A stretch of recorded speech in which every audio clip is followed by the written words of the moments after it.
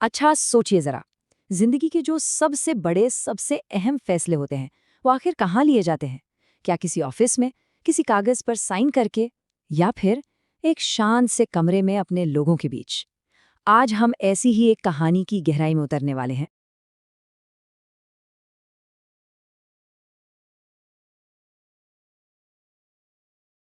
और ये जो बात है ना, यही इस पूरी कहानी का दिल है, उसकी आत्मा है। हम देखने वाले हैं एक ऐसी ही रात की कहानी, वो फैसले की रात, जहां बस एक पल, और उस एक पल ने पूरी जिंदगी बदल दी। तो कहानी की हीरोइन है माया। अब माया के सामने एक जबरदस्त मौका आता है, लेकिन यहीं से उसकी असली चुनौती शुरू होती है। एक तरफ उसका सपना है, और दूसरी तरफ उसे पूरा करने के लिए पूरे परिवार का साथ चाहिए। सवाल ये है कि क्या वो लोग समझेंगे? तो चलिए कहानी को शुरू से शुरू करते हैं। ये वो लम्हा है जब एक सपना जो अभी तक बस ख्यालों में था, वो अचानक से हकीकत बनकर दरवाजे पर दस्तक दे देता है। तो होता ये है कि माया को नेशनल चिल्ड्रंस लिटरेचर फोरम से एक इनविटेशन मिलता है। 1 साल का कमिटमेंट, और मौका भी कोई छोटा मोटा नहीं है। इसमें वर्कशॉप्स है, ट्रैवल है, राइटिंग है, मतलब एक लेखक के लिए इससे बड़ा क्या हो सकता है। लेकिन हर बड़ी चीज की एक कीमत होती है, और यहाँ कीमत है पूरे 1 साल तक घर और परिवार से दूर रहना। और अब आता है कहानी का सबसे मुश्किल हिस्सा, पहली और सबसे जरूरी बातचीत। और ये किसी लड़ाई झगड़े से नहीं, बल्कि एक छोटे से सवाल से शुरू होती है। एक ऐसा सवाल जिस पर सब कुछ टिका हुआ है। उनकी सास बस इतना पूछती है, और घर? अब देखिए, ये सवाल एक ताने जैसा भी लग सकता है ना? लेकिन माया को इसमें कुछ और ही सुनाई देता है। और बस इसी पल में माया को एक बहुत गहरी बात समझ में आती है। उसे एहसास होता है कि ये सवाल उसे कंट्रोल करने के लिए नहीं पूछा गया। ये असल में एक डर की आवाज है, पीछे छूट जाने का डर। और फिर सास साफ साफ कह देती हैं, हमें डर लगता है। उनका ये डर कबूल करना, इसने पूरी बातचीत का रुख ही मोड़ दिया। देखिए, यहाँ एक बहुत ज़रूरी बात सीखने को मिलती है। कई बार हमें जो अपनी तरक्की का विरोध लगता है ना, वो असल में किसी और की असुरक्षा होती है, उनका डर होता है। माया ने यही समझा कि बहस करने से बेहतर है उस डर को समझना। तो चलिए अब आगे बढ़ते हैं और देखते हैं कि जब घर के बाकी लोग इस बातचीत में शामिल होते हैं तो क्या होता है। क्या वो माया के साथ खड़े होंगे, या फिर पुरानी सोच में ही अटके रहेंगे? और वही होता है जिसका डर था।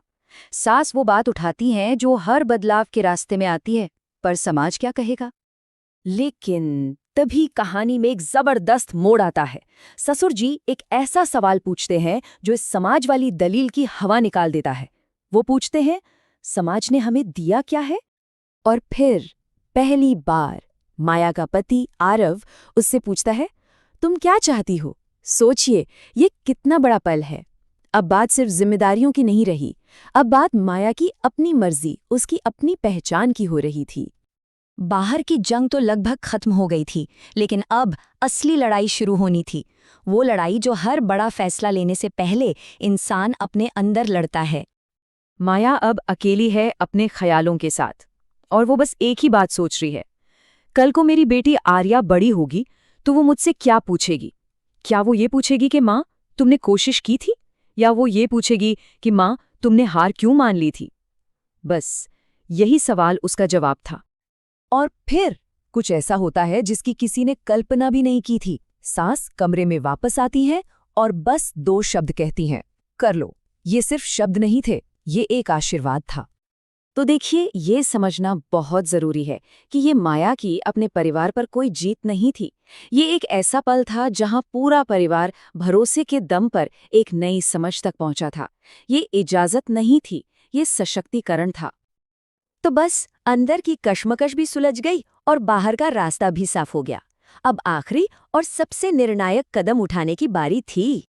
और फिर माया वो ईमेल भेज देती है, हाँ, मैं इस प्रोजेक्ट का हिस्सा बनना चाहूंगी।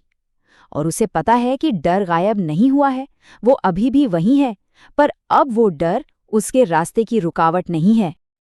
माया अपनी डायरी में लिखती है, आज मैंने अपने सपने नहीं चुने, मैंने खुद को चुना। और यही यही इस पूरी कहानी का निचोड़ है। ये फैसला सिर्फ एक करियर के मौके का नहीं था, ये खुद को चुनने का फैसला था। ये कहानी हमें याद दिलाती है कि जिंदगी के सबसे जरूरी फैसले कितने पेचीदा, कितने जज्बाती होते हैं। तो सवाल ये उठता है कि हमारी जिंदगी में ऐसा कौन सा बड़ा फैसला है जो बस अपनी उस एक रात का इंतजार कर रहा है।